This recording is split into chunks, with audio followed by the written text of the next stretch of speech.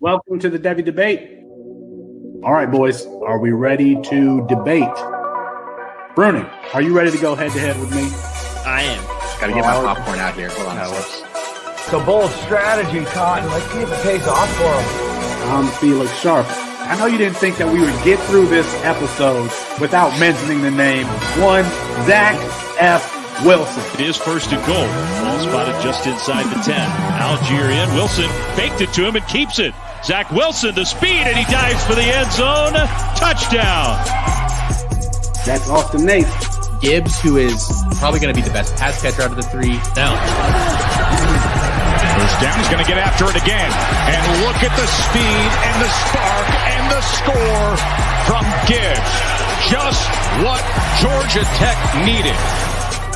That's Matt Bruning. G. Scott Jr. Obviously, I waxed poetic about him on the last episode, so I won't do that again here. And this time it's Fields on the carry. Watch out! Justin Fields! Hello, Columbus! 51 yards! Austin, you tweeted something, girl. You tweeted your running back rankings. Explain yourself. Boy, that escalated quickly. I mean, that really got out of hand fast. Ohio State fan talking there. Oh, shit. That is why you come to the Devy debate. Apologies to Kirk Herbstreit. We ran out of time. We'll get him rescheduled soon. And for Matt Bruning and Austin Nace, I'm Felix Sharp. Good night and good luck.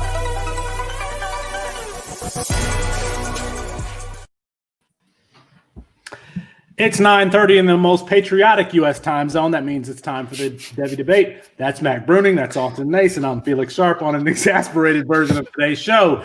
Should we be concerned about Zach Wilson's performance at Coastal Carolina? Who should be the first pick in C2C freshman drafts?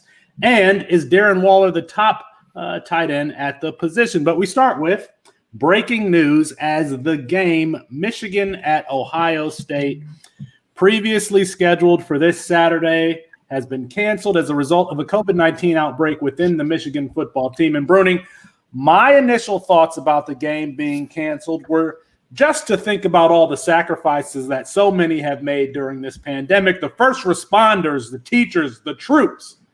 And so bravo to the University of Michigan for refusing to put any young men in harm's way, including Ohio State's players. As the resident Buckeye fan on this show, did you have a similar reaction to the game being canceled with thoughts about our first responders and the sacrifices that teachers have made?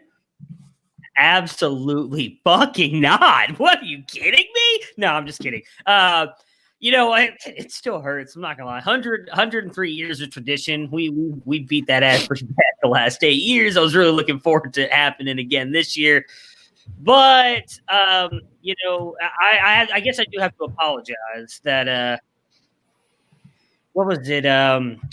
What did I say last week? Something about their tests and other stuff. And apparently it was a lot worse than they first let on when they said it was only a couple players that tested positive. I think last I looked, it turned out to be 40 people altogether, players and staff. So obviously that's a big deal. I was going to bring up later in the podcast, we might not be able to get to it, but what's going on with the myocarditis, I believe is how you say it as well, with some college players already.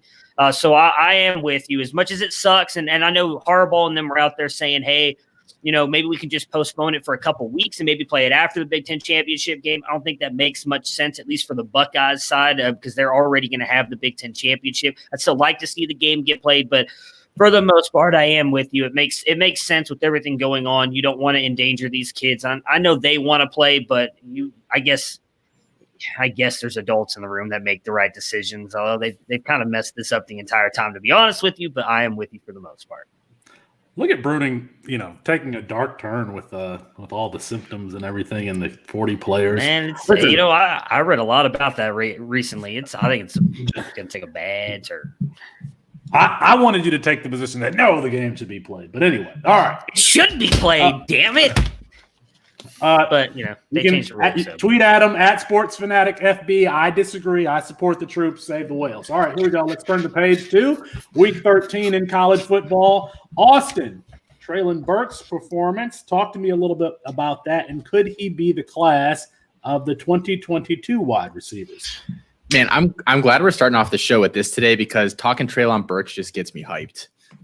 Shout out to friend of the show, Alfred Fernandez, who really he's been my big riser this year. I think I had him at like wide receiver 30 or something coming into the year. And I had him up to like 8 or 9 a couple of weeks ago. I posted my rankings on Twitter, and Alfred said, "Is that really all the higher that Treylon Burks is?" And I sat there and I thought about it for a long time, and I was like, you know what? He's right. And so he's bumped the whole way up to wide receiver 5 for me. And I think he's definitely in the running for that top guy in the 2022 class now.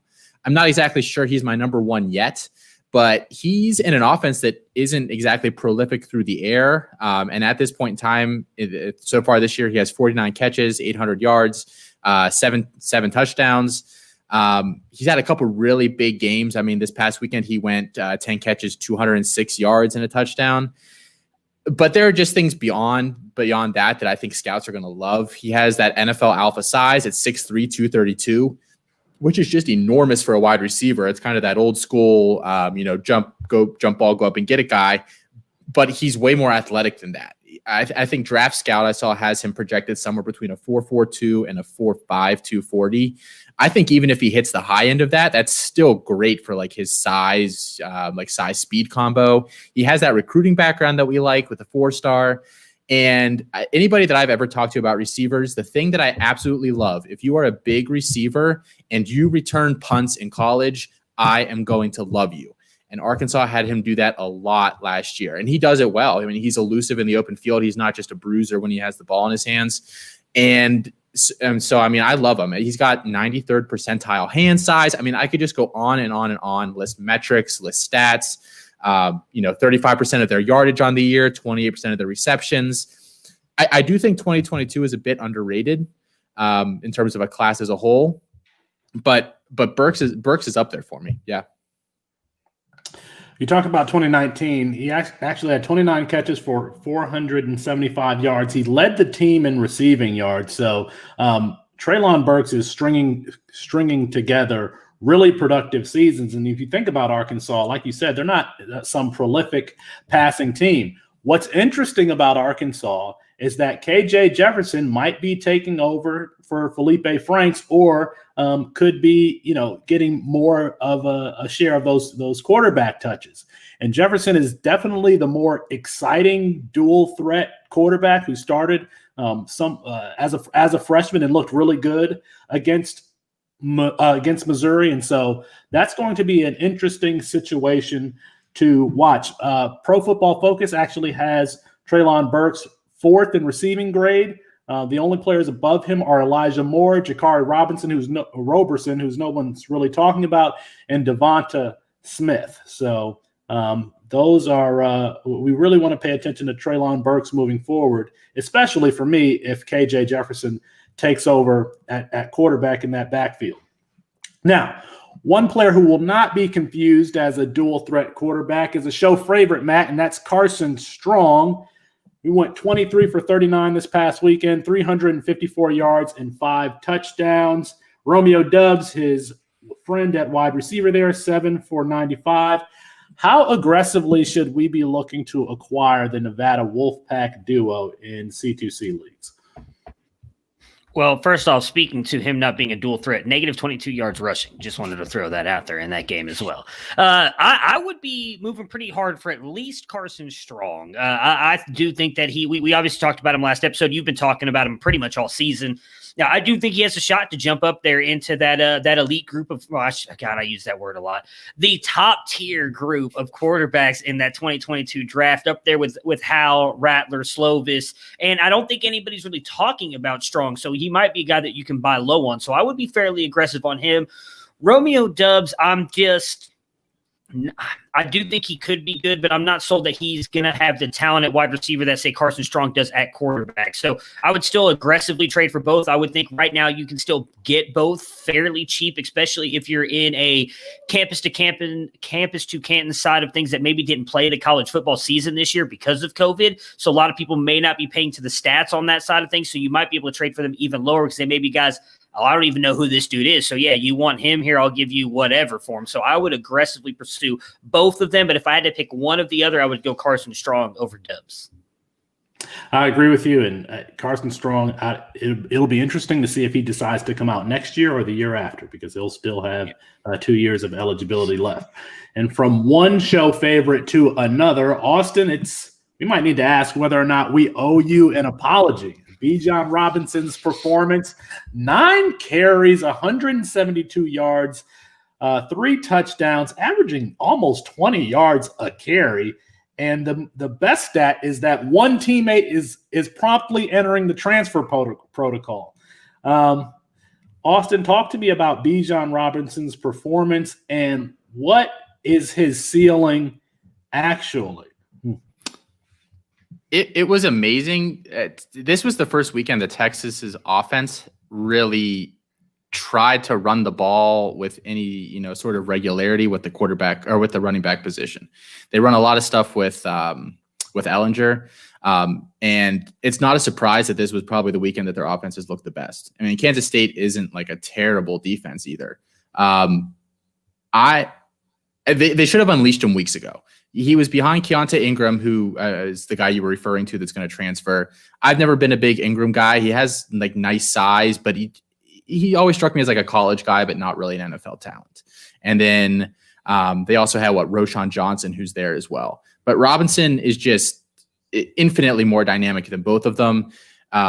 This past week, he was great efficiency per touch. But since we talked about him a couple weeks ago, I talked about him and compared him to Tank Bigsby and Jahmyr Gibbs, who are his primary competition in that 2023 running back class. He's raised his yards per carry from 4.6 to 6.8, which is now better than the other two. His yards per reception has gone from 9.6 to 12.2. So he's now way ahead of Bigsby, and he's virtually tied with Gibbs at the moment.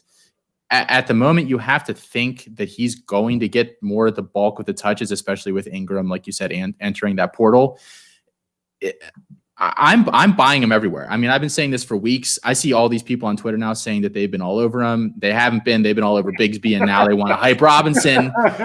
So I see you people. I know what you're doing.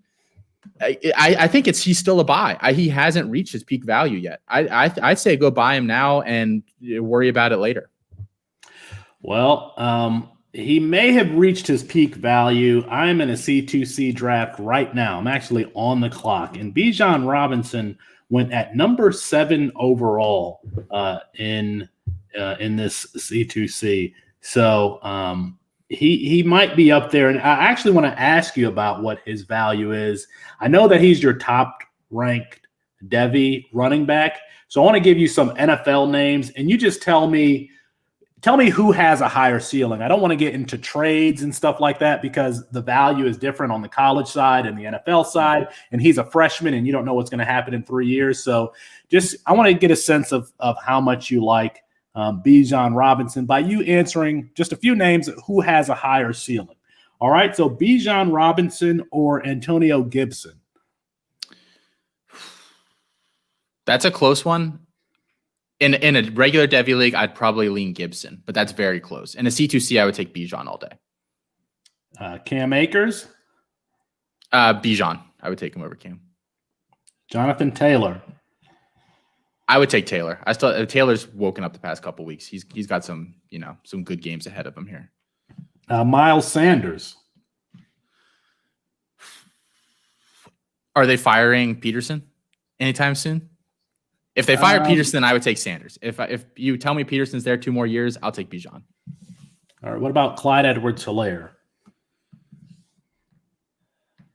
I'll take you some tough ones now. I'll take Bijan. I wasn't high on Clyde coming out, so I'll take Bijan. Yeah. And DeAndre Swift? I'll probably take Swift because Swift was my number 1 back in this past class. So if I take Taylor over him, I feel like I probably have to take Swift too. So. All right. So we highlighted Carson Strong and Romeo Doubs. We need to highlight another West Coast player, and that is true freshman running back for the Utah Utes. It's running back Ty Jordan. 3-star prospect as a recruit, was listed at 5'7", 183. That was his listed prospect weight. And at Utah, they already have him at 200 pounds. showed his ability to be a workhorse this past weekend against Oregon State. 27 carries, 167 yards, 1 touchdown, and actually added 2 catches for 22 yards. Only 20% owned on Fantrax, and that is up 12.5% this week, and rightfully so. He's a player that plays with good leverage, and at 5'7", you would think that he could use that size to his advantage, and he does. He's always lowering his shoulder, and he generally pushes the pile forward after contact. He has some lateral agility to him, definitely plays with a low center of gravity. Even with his performance this past weekend at 167 yards, he only ranked 26th this week in rushing grade, according to Pro Football Focus. But I think the headline here is freshman bell cow, 20% owned. In our C2C leagues, we definitely have a place for someone like Ty Jordan. I would still have him, just looking at the 2023 class. I was thinking where I would probably rank him. I would still have Jahmyr Gibbs number 1, Bijan Robinson number 2, Tank Bigsby at 3, Jalen Berger at 4. Got Jalen Knighton at 5, Jason McClellan at 6, Blake Corum at 7, and then that's where I would place Ty Jordan after Blake Corum and in front of Seth McGowan and Penny Boone. So that's how I'm feeling about Ty Jordan. All right. We know in a lot of C2C leagues that freshman drafts are going to be coming up soon. And so we wanted to take some time to talk a little bit about the incoming high school class of 2021, who will be freshmen in 2021. And each of us have taken a quarterback, running back, wide receiver, and tight end prospect. Bruning, I'm going to toss it to you first. Give me the 2021 quarterback prospect that you are most looking forward to, and talk to me about him.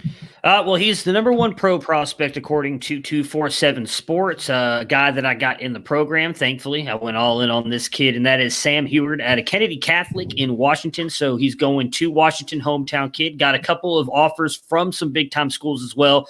Obviously, Arizona, Florida, Tennessee, USC. All recruited him. I think he's obviously already 6'2", 190, five-star athlete. Again, now we can only take so much away from these guys. I know, Austin, we were talking off air a little bit about how much tape we've kind of watched on these guys because of the program league that we're in. Sometimes all you get is highlight videos on these guys. It's hard to get, obviously, full game tape in high school stuff. Sometimes it's stuff shot on video cameras or people's phones. So you can only kind of take what you can here. But from what I've seen, great release, quick and effortless. I like his deep ball. He hits the open receivers. I think he's got excellent accuracy, can fit the ball into tight windows. Excellent bloodlines as well. His father was an NFL starter for a while as well. So he's the guy that I'm all in. I know some people have him second or third. He's still, from everything I've seen, people who rank the incoming freshman at least top 3 in everybody's quarterback rankings. But he's a guy that I really like going there to Washington. I think Dylan Morris is there right now. I just rewatched their game the other day when I was doing some looking at Austin Jones for Stanford, and I think he's actually looked pretty good. So Heward sits probably for another year before he becomes a starter, but he is my favorite as of right now in this 2021 recruiting class. Go ahead, Austin. Cool. So I'm gonna. So Heward's my number 1, and then number 2 for me is Vandegrift, who I assumed you were gonna pick, Felix. You talk about all the time, and you didn't. So I'm gonna talk a little bit about Tyler Buchner, who's going to Notre Dame this year. He is I'm looking to see exactly where he is in this class. I think he's like the number 9 quarterback in the class. He's a 4-star. He's a dual threat guy. He missed a junior season with a knee injury, and I think that's the reason why he's lower in rankings than he probably should be. He's a multi-sport athlete, which I like to see. He's got nice size at about 6'2", a little over 200 pounds. He's a smart kid. I mean, he got offers from like half the Ivy League in addition to like every top program out there. You know, Bama offered him, Georgia offered him. He's going to Notre Dame, so I think he's going to play pretty quickly because they don't really have that much behind Ian Book. So in C2Cs next year, he's probably going to be the guy that I go after the hardest, just because he kind of hits that intersection of value, opportunity, and pedigree and ranking early on. So on Buchner, go ahead. Sorry, go ahead. No, go ahead. I actually really like that call, Austin. I wish I could remember who it was. I was listening to a podcast recently, a college podcast, talking about there's someone that I respect tremendously, and I really wish I could remember who it is because they mentioned him like 5 or 6 months ago. With the arm that he has, they think that he could be a huge get for Notre Dame and actually kind of turn that offense around, at least into a more pro-style offense compared to what they've got with Ian Manziel there right now. So. Now, the player that I cheated a little bit because the player that I wanted to highlight is the top quarterback recruit according to 24/7 Sports, and that's Caleb Williams, who obviously committed to Oklahoma. I don't like Caleb Williams, and that's actually why I wanted to highlight him here. Some pros, I think that he has a mature personality, and he'll be kind of the CEO type in the huddle. He's a very good athlete, very good straight line speed for his size. Good arm strength, but most of the highlights that you see are him as a runner, not necessarily as a passer. It's very good that he's got an elite level of high school competition, but he's best off script. He's an off script quarterback who is best when the play breaks down. And once the play breaks down, defenders are not big enough or athletic enough to kind of corral him. And so he really excels when the play breaks down. And I think that once Caleb Williams starts, Oklahoma's offense is going to look very different than it has under Baker Mayfield and Kyler Murray, Jalen Hurts, or Spencer Rattler. I just don't see Caleb Williams being an elite passer. In fact, at least his junior year, he had a 55% completion percentage in high school. Even 24/7 noted his general lack of overall production in the passing game. In my opinion, he lacks lateral agility to make players miss, and he's just a better athlete than quarterback. And I haven't looked at any 2020 film, but he's not a rhythm or timing passer. And a lot of the plays that you see where he gets a completion or is where a wide receiver comes open because he's broken a tackle in the backfield and the secondary lost his man. Also saw him face a lot of zero coverage as a result of his rushing ability that made for easier throws and reads. My player comparison for Caleb Williams is Skylar Thompson, who I actually like as a college football player, but not as an NFL prospect. So I cheated a little bit. We could hear about Brock Vandagriff a little later on, Austin, but not right now. Bruning, why don't you give me the running back that you are most looking forward to in 2021? Well, so I just want to hop in. So I think at this point, Williams' best characteristic is the fact that Lincoln Riley likes him. Right. Because he's really had an eye for that position. He's whether it's been guys he's recruited or brought in transfer wise. So I think does Lincoln Riley like him? What? I mean, that's the thing. I mean, does Lincoln Riley like him? He was the second choice. He was the second choice, but yeah, I mean, so I don't know. I mean, he's got that going for him. I'll say that. Yeah. All right. All right, well, it wouldn't be a Devy Debate podcast if I wasn't talking about some Ohio State Buckeye players, so I'm probably saying his name wrong, but Travion Henderson, the #1 running back recruit out of Hopewell, Virginia, 5-star athlete, got 39 offers, including, I'm not going to go over the whole list, but obviously Alabama was up there. They recruited him pretty hard. He goes to Ohio State. He just looks like a phenomenal player. Shows high-level lateral agility, ability to accelerate. He's very elusive in the open field and a threat to score every time that I saw him touch the ball. He's got a field and a track On his little merits here as well, 100-meter yard dash, 55 meters, named the Gatorade Virginia Player of the Year as a junior. He's got everything you want in a running back: instinctive runner, natural vision, gets upfield without hesitation, especially when he's catching the ball out of the backfield.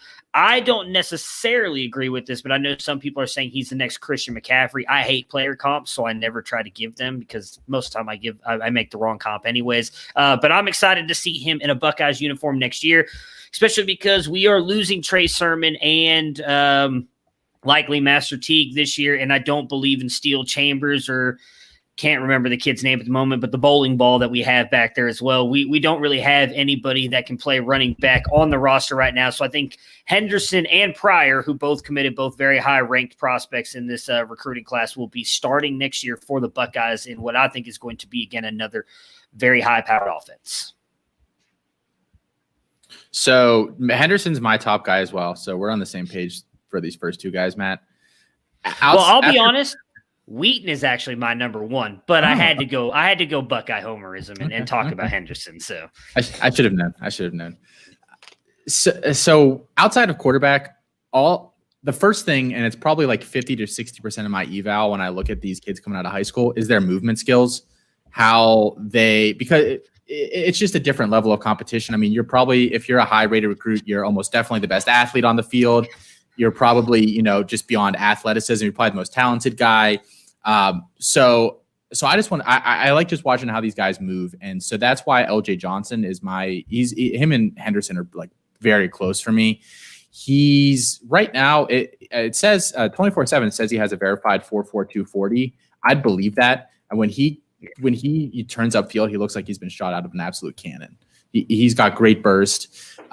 He's got really nice size, about 5'10", a little over 200 pounds. In college, he can bulk him up another 10, 15 pounds. He's physical, but not like overly so that you think that he's probably relying on that aspect of his game to just kind of beat kids down that are smaller than him in high school. I am really interested. I will say he'll drop quite a bit for me in C2C leagues if he ends up going to Texas, because he's obviously going to have Bijan there, who at best, I can't imagine it being anything more than a 50-50 timeshare for him. I'd rather see him go. It's Texas. It seems like it's between Texas and Texas Tech. I want to see him go to Texas Tech and just be like the guy, the offense there. And I wouldn't shock me at all if he ends up being the number one guy in the class if he does that. My running back prospect is Kamaro Edmonds, a 4-star prospect, 10th overall running back in the 2021 class from Havelock, North Carolina, going there to UNC, where Michael Carter and Javonte Williams both going to be gone after this year. The one thing that really stands out about Edmonds is his size, 5'11", 227, already has prototypical size for the position. And we know that the recruiting job that Mac Brown has done there at North Carolina, Edmonds got some SEC offers, not the top offers, but he did get an offer from Tennessee. He's not a plotter. He's got breakaway speed, and that's kind of supported by his 35.2, vertical at the opening in 2019. His 2019 stats, 1,400 yards rushing, 21 catches for 270 yards. So this guy is going to walk onto campus next year with prototypical size and speed and the ability to catch the ball. And he's going to have 1 year of Sam Howell as his quarterback. So you have to believe that he's going to be at least a portion of an elite offense for a season. So he is the one running back prospect that I'm really looking forward to. Bruning, let's turn the tables over to wide receivers and give me the wide receiver that you are most looking forward to in 2021. So for me, it is Emeka Egbuka, who is the number one wide receiver prospect according to 247 Sports. I've got a little something on him I want to talk about. I'll save that here for a minute. Out of Washington, he is uncommitted as of right now, but he will be making his decision this Friday on the 11th. He has stated that it seems like it is down to 2 schools, which is Ohio State and Oklahoma. Obviously, a lot of people believe that he was a for sure commit to Ohio State Yet he did just come off a visit from Oklahoma, which from everything we are hearing went actually very, very well. And there are some people who do the crystal ball predictions that think that Oklahoma may have swayed him away from Ohio State. So that'll be something to tune into on Friday if you're into that recruiting stuff. I know I'll be watching. Obviously, if he goes to Ohio State, that just continues their recent dominance here of getting the top wide receivers. But him going to Oklahoma to be paired with Caleb Williams, I don't think would be a bad thing as well. According to the National Combine here, I believe it was in Dallas, Texas, or is that the opening? Which one is – I can't remember which one's which. It's the opening. I mean, they're all over the place. The opening they're all. I know the opening's almost always in Dallas, Texas, but it was at the National Combine. 4.42 verified 40, elite body control. He's got great size, great strength, physical receiver, good against press coverage. Again, on athletes that are probably like me out there playing cornerback on him. So take that for what it's worth. He's not going up against top tier talent up there in Washington, unfortunately, but consistently draw double coverage and still one great yak player. And one thing that I really liked, he did a lot of punt and kick returns as well. Looked really good doing that and actually played safety as well for his high school. So again, I really liked everything he did. There was a two-sport athlete. He played baseball as well as a junior, ran track a little bit as well. I think it was his freshman year. So all around, he's a great athlete, two-sport athlete, which I think is phenomenal for football players as well. Great hand-eye coordination to be a baseball player and a football player. I think is going to help him out. So he is a guy that I'm super excited about. Obviously, I hope, in all honesty, he does commit to Ohio State, but regardless, he's my number one wide receiver regardless of where he goes. So next year, Bama does the Bama thing and brings in a bunch of top receivers all in the same class again. And I love their three top guys a lot. But my favorite of them, and he's my top guy in the class, is Aguiye Hall. I think that's how you say his name. You mean a guy? A guy. Yeah, whatever. Only if you watch the program shows will you get that. So he's a smooth athlete. One of the smoothest athletes I've seen coming out of high school at that position. He's 6'3", 190, so it's not like he's a tiny kid. He reminds me a lot of Jerry Jeudy. He's like the evolution of Jerry Jeudy in that offense where you're getting a guy that is Jerry Jeudy but has size, and I think that should be a scary thing for SEC defenses. He has a 4.5 verified 40. He's got great shuttle times. He's got a 37-inch vert. He's the complete package. And it wouldn't shock me at all. I mean, like I said, they bring in three guys this year. They're all very different in terms of skill set. So I am interested to see like which one of them breaks out first. But Hall is a guy for me that I think when all is said and done is the top guy in this class. All right. I couldn't choose between two wide receivers, so I'll just talk briefly about both of them. Troy Franklin out of Menlo Park, California, who's committed to Oregon. He is a 6'2", 170-pound, bursty, long strider, and he was used in a variety of ways there in high school. Returns punts, returns kicks, has played defensive back on defense, and he's used in the running game on jet sweeps and screens and things like that. But I mean, he has the deep speed. He looks like what you would expect for a wide receiver going to Oregon. I would love to see him get up to 185 or so. Very smooth, kind of galloping runner. Has a lot of flair. Plays with a lot of flair. If you like that type of player, I do.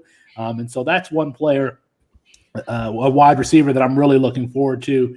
The other is Brian Thomas Jr., who's coming out of Louisiana and, of course, is going to LSU. When I watch Brian Thomas, I don't know if it's the 11 or the green on his high school jersey, but he reminds me a lot of Preston Williams. Preston Williams, obviously, who played at Colorado State, wide receiver U before going to Miami. Brian Thomas has the same size, and he's not, he doesn't have elite speed or anything like that, but he has great body control for his size, 6'4", 185, already has prototypical size for the position. And I just really like his game. And he's someone that I am interested in moving forward. Do we want to talk about tight ends or do we want to skip over tight ends? I mean, I can talk about my guy. I think he's going to be good. Brock Bowers. Go ahead. All right, so tight end 6'3", 225 out of Napa, California, going to Georgia, 4-star athlete. I'll just touch on it really quick. He's got elite level athleticism. I know I use that word too much, but 4.55 40, 420 vertical. He looks like he has got very soft hands, good route runner, great body control, and catches great. I already said soft hands, didn't I? So great, makes great catches, projects to be a good starter, is also a very good blocker as well. He can burn linebackers and was even burning cornerbacks and safety on the field. Again, high school level talent, but still. So I do think he projects to be a really good tight end moving forward and possibly a high-end NFL talent if he can continue. Georgia, maybe if Vandegrift can turn around and be pretty good. I don't know if that's a great place for a tight end to go. I would have preferred him to go to a more pass-friendly offense, but I do like Bowers a lot. He is my second-rated tight end in this class. Yeah, and just real briefly, my top guy is Elijah Arroyo, who's the number 10 tight end of the class. Tight end is such a crapshoot that I really don't try to predict it that much. But there are some programs that I pay attention to when they're recruiting a kid at that position. Iowa being one, Miami being the other one, and Arroyo is going to Miami. I think he'll probably sit next year, assuming that Will Mallory comes back, who's a guy that I do really like. And I think he's not Brevin Jordan, but he'll do well next year in that offense. And then I think Arroyo is going to step right in for him in a year or two after he bulks up a little bit, because he is he's 6'4", 210. So he does need to get a little bit bigger. But just if we're looking for athletic upside, he's a very good athlete. So. All right, gentlemen, we got freshman drafts coming up this offseason. And as it stands right now, I want to see if we have some consensus on who should be taken first overall in these freshman drafts. Now, let's consider a C2C Superflex league. Austin, who do you got? Who are you taking first overall in C2Cs? C2C is such a tough one because you're really looking for that. At least I look for opportunity and talent. I don't really want to take a guy that's going to be buried for a couple years, because I feel like it's if you pick the right Bama receiver, obviously you get a great player. But if you pick the wrong one, you wasted really nice draft capital. So if I'm picking early, and I'm probably going to go maybe Will Shipley from Clemson. I think he's going to go in there with Etienne leaving this year and with Bowman just transferring out. They don't have a ton of other running backs even on the roster, let alone highly recruited guys. And everyone wanted to talk about, I'm not going to comp him to Christian McCaffrey because that's the easy comp. He's, a white running back. You can catch the ball, but he's more of that next guy in line than say a Max Borghi was. And he really is the complete package as a running back. So I am interested to see him go down there and pair him. They have their next quarterback in place, so he doesn't have to worry about, having a crap show back there. So he might be a guy that if I have to choose, if I'm picking first and I have to choose, I might choose Shipley. I thought that there would be consensus here because that we would take a quarterback. And obviously the number one quarterback that you should take is Brock Vandegrift. Okay. Brock Vandegrift should be the number one pick because he was Lincoln Riley's number one pick. This guy he's a good arm talent who scrambles to throw.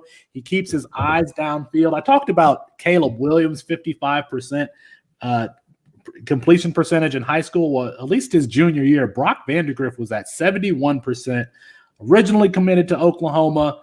Again, Brock Vandegrift, grow up. I think you cost yourself millions of dollars by not going to Oklahoma.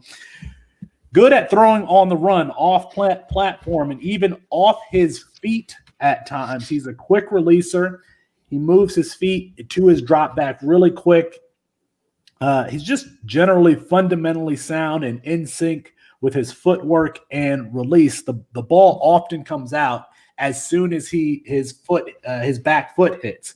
He can play the rhythm quick passing game, or he can improvise as necessary. He has an uncanny ability to find wide receivers quickly in the face of pressure. I'm just reading some notes from my review on him. Some cons for Brock Vandegrift: he will hold the ball at or below his waist at time, even though that doesn't prevent him from having a quick release. He's not. I wouldn't call him an elite arm talent. but he has enough to excel at the next level. And from what I've read, where he plays high school is not a very high level of competition.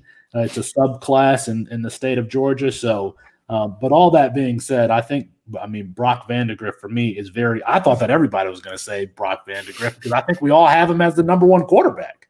I have Heward. I think Austin has Heward too. Oh, yeah. Yeah, we just said that. I guess you don't pay attention to your co-host when we're talking. Well, I'm all right. Well, so who are you? Are you taking Heward, Bruning? I am not. So my thing on quarterbacks is, as much as I believe Heward's not going to be a miss, they're very hit or miss sometimes with this. I mean, we've seen a couple of the past classes in Bryce Young and who am I forgetting out of that class right now? DJ Ugalele, which I probably said his name wrong. Obviously, the class before that, you had Trevor Lawrence and Justin Fields are two classes before that who both have panned out. But going back to other classes, say 2017, Davis Mills, Hunter Johnson, Jake Fromm, Tate Martell, Jack Sears. I don't know if any of them are doing anything. I mean, Davis Mills looks okay at Stanford right now. I'm taking who I think for sure, like Austin said, is going to be on the field as soon as they hit their college and has a ton of talent. And for me, I also want to get as much stock in running backs as I can because as they go into the NFL, their windows are limited and they're harder to trade for, in my opinion. So I'm taking TreVeyon Henderson. As I just mentioned, I think he immediately goes in and is the running back for the Buckeyes. And as long as Ryan Day is there, I think he's going to put up numbers. We've seen lately that they've been able to turn out some very good running backs over the past couple of years. I think Henderson is going to be right up there in that class. And then, I do think Pryor is going to be involved in there, but Henderson, I think, is going to end up being the guy. So for me, I would go TreVeyon Henderson. We got TreVeyon Henderson, Will Shipley, and Brock Vandegrift all in the running for number one. Does anyone disagree vehemently with any of our picks? No, I don't. Kind of okay. I mean, if you would have gone Heward there, if you would have gone your apparently hated rival there and Caleb Williams there, like I don't think there's any wrong pick, especially in the C2C, because let's all be honest, you're in all honesty kind of guessing because you have no idea for sure if these guys are going to turn out. All right. So just some. Go ahead. Oh no, I 100% agree with that. We were talking a little bit before the show. Henderson was probably my pick like a month or two ago, but I've watched more of Pryor. He's a really good player, so it just wouldn't shock me at all if that becomes more of a timeshare. Not to say, I mean, I like when I'm picking in a C2C. I think I value winning on the college side a little more than a lot of people do too, because I think as you win on the college side, you also tend to also pick up guys that like are nothing and it might become something in the NFL. Like last year, I picked up Sincere McCormick like week 4. I was like, who's this freshman running back? He's at, UTSA. They don't really produce anything. I picked him up all of a sudden. Now he's getting a lot of hype. So, and he helped me win a lot of games last year. So I think I value like the scoring in college, I think more than some people do, because I think just naturally that also leads to you grabbing some gems for the NFL. Just some comments to close out the discussion on the 2021 class. At least it would appear that the 2021 class is not as good as the 2020 class. So 2020 had 11 5-star skill positions. There were 6 5-star pass catchers, tight ends, and wide receivers, 3 5-star quarterbacks, and 2 5-star running backs. 2021 only has 3 5-star skill position players thus far. Now I know that those rankings change, but to date there are only 1 5-star quarterback, 1 5-star running back, and 1 5-star pass catcher. That's all we have in the 2021 class. So take that for what it's worth. Check out that 2022 class and that now like perfect rated quarterback the Buckeyes just got. I watched a little bit of him today. He is built like a bolt, like his butt and thighs, and I mean he's just like really Trevor thick, Lawrence, thick dude. He's going to be amazing. I can't wait. CJ Stroud, look out. All right, are we ready for the Devy debates? Yeah, let's do it. Let's do it. All right, let's do it. So, the Devy community, should the Devy community be down or concerned with Zach Wilson's performance against Coastal Carolina? I'm first here, right? Go right ahead. Floor is yours. All right. So, man, I heard a lot of talk about how poorly Zach Wilson played and how, the hype has weared off because of the game. Zach Wilson had a passing grade of 82.3. He had 0 turnover-worthy plays, except for the 1 interception on the Hail Mary. He took care of the football, and he added 55 yards as a rusher. And I can't remember how many times he beat 94 off the edge when 94 was supposed to have contained. And 94 is the guy who, pushed him into the turf after that interception. I heard that he didn't handle pressure well. Where? He was sacked once. Now, Kalani Sitake is a head coach with a defensive background, and it showed during that game. I can't count how many times they ran the ball on 3rd and short or called a designed run for Zach or just took the ball kind of out of his hands. Zach should have thrown the ball 40 times in that game. But Coastal Carolina played defense with their offense. They had the ball for 37 minutes and 51 seconds. BYU only had it for 22 minutes and 9 seconds. And you know why they had to do that? Because that final drive, which effectively started from the 9-yard line with 44 seconds left and no timeouts, and what happened next is exactly what you thought was going to happen. 5 for 6, marches right down the field and gets a yard away from winning that game. I think, if anything, we talked about Justin Fields last week and how if that's Justin Fields' worst game against, not last week, maybe 2 weeks ago. 2 weeks If that's ago, if that was Justin Fields' worst game, then give me the floor of Justin Fields. If this is the floor of Zach Wilson, I'll take the floor of Zach Wilson. Chris Moxley, if you are listening, you said something about how, he reverted back to his playing style and the way he played in 2019. I disagree with that because he didn't turn the ball over except for that one Hail Mary that was intercepted, and he had 2 or 3 passes that were dropped or punched out. And so I think that, if anything, Zach Wilson, especially that final drive, he showed that he has the it factor. There's a reason why Coastal Carolina was running that ball and trying to run the clock out, because they didn't want to have it in his hands, and for good reason. So, no, I don't think anyone should be concerned with Zach Wilson's performance. It was an 82.3 pass grade against Coastal Carolina with 2. I don't even say it with 2 days' notice. Pretty much said, we're going to get on we're going to play this game, and then he got on the plane. They rushed 3. They were getting pressure with 3. I don't understand how that was happening. That's why he was having a hard time finding receivers open, is because they were dropping 8 or dropping 7. So 8. I'm trying to count to 11. yeah. Anyway, so that's what I have to say about that. Yeah. I mean, I don't necessarily disagree with you. He did not play a great game. He struggled at times. So obviously, that last drive, I'm with you. He showed a lot because we were all hoping that that's what he was going to do and be able to drive down the field and score. Obviously, as you mentioned, he came a yard short, which sucked. And I do think, we were talking before the show, if they scored that touchdown, the narrative is going to be reversed on him. And everybody is going to be saying, oh, my God, did you see what Zach Wilson did? He does it again. And it wasn't a great game. I don't have any other questions about him.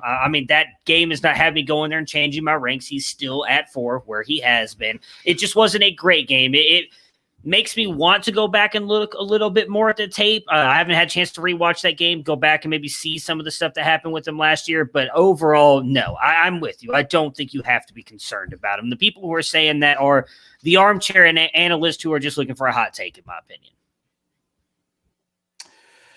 All right. A little more on Zach Wilson. Austin, Lance and Wilson have a ton of upside, but does both of them being a bit more raw than either Mac Jones or Kyle Trask, does that hurt them at all when it comes to the draft?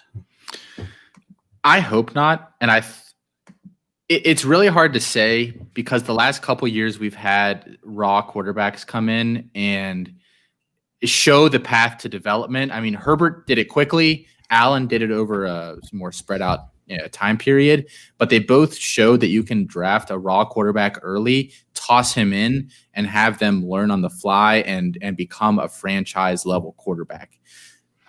Where I do worry is that there might be some recency bias there for NFL teams that might take one of these guys early, throw them in a situation that maybe isn't as favorable, and not have it work out. But if I'm drafting, because I think all those guys are probably like, if you're in a super flex 12-team rookie draft this year and all these quarterbacks come out like we think they're going to, you have to assume that obviously Lawrence Fields are probably going to go 1-2 or somewhere in the top 2 or 3 picks. If one of those raw guys starts falling and I have like my pick and I'm a playoff team, I'm probably taking the upside over the safe guy, just because like, why wouldn't I try to just hit a home run with that pick if I have a playoff team? So I personally prefer Lance and Wilson over, well, I don't even think Kyle Trask is a starting NFL quarterback. That's a different discussion for a different day. But I would take the raw guys over the stable or safe option pretty much every time. I have a fundamental disagreement with the question itself, just because I don't see Zach Wilson as being raw. I do see Trey Lance as being raw, but you mentioned it a little bit, Austin, the raw quarterbacks that have come out in the last few years: Josh Allen, Justin Herbert. You know who wasn't raw? Tua Tagovailoa. And he hasn't been, lighting anything up. But who also wasn't raw, who was considered to be a pro-ready prospect? Sam Darnold, Josh Rosen, those type of players. So no, I don't. First of all, I don't see Zach Wilson as being a raw player. He's going to have somewhat of 30 starts by the time that he plays, and he's mechanically sound. I'm not sure that there's a lot that you need to tweak with Zach Wilson. He has the playmaking ability. Like all quarterbacks, he needs more reps. He doesn't need as many reps as Trey Lance is going to need with his one season as a starter. But no, I don't see Zach Wilson being raw. And in considering Trey Lance, his physical tools are just too phenomenal for me to pass for a guy like either Mac Jones or Trey Lance. Mac Jones or Kyle Trask. Trey Lance has the arm strength, the size, the speed, where I'm going to prefer him over Jones and Trask every single time.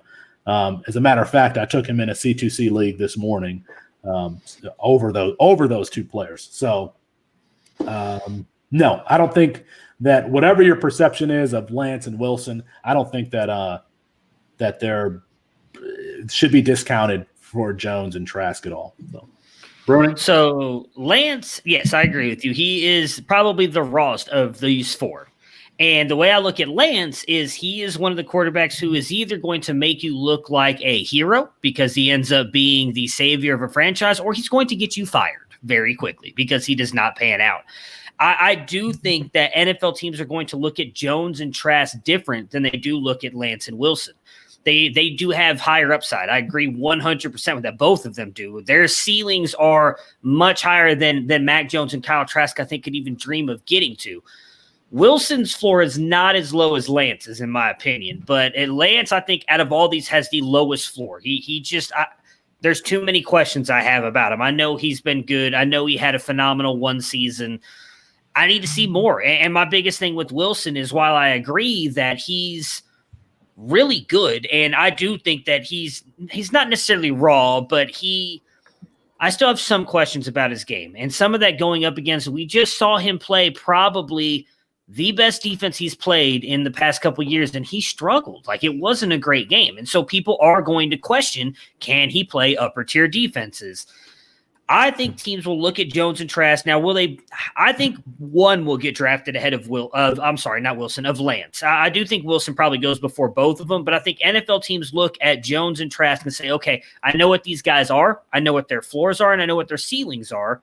And I think that we can build around them. Again, I know Sean Payton in New Orleans is kind of the wrong thing to use because Sean Payton's an offensive genius. But I think if Sean Payton were looking at these guys and saying, okay, I just need a quarterback who can run my offense. I don't need someone to be flashy. I don't need someone I need to develop. I need someone who's already developed. And whether you guys agree or not, a lot of people believe that Mac Jones is a developed quarterback at this moment right now. So he may say, I'm going to take Mac Jones over Zach Wilson and Trey Lance because he's already developed. He's going to run the offense the way I want it to, and I don't have to worry about getting him more reps, making sure he starts to understand the offense and everything else that goes along with it. So I do think maybe not over both of them. I still think Wilson will be rated very highly, but I do think one of them at least will go over Lance. I do think Lance is going to fall, but even though I do think he'll come into the combine and blow everybody away with what he does at the combine, throwing, running, everything, I'm sure he's going to jump right back up. But I think when it comes to the NFL draft, there might be that one team that's like